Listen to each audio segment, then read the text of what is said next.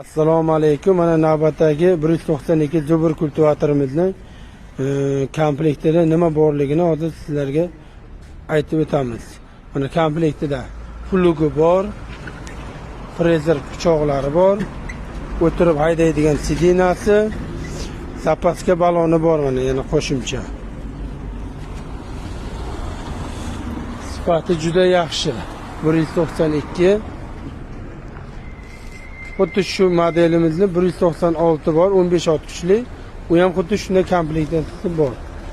Unda ham xuddi shunday frezer pichog'i, o'tirib haydaydigan sidinasi, zapaska baloni bor.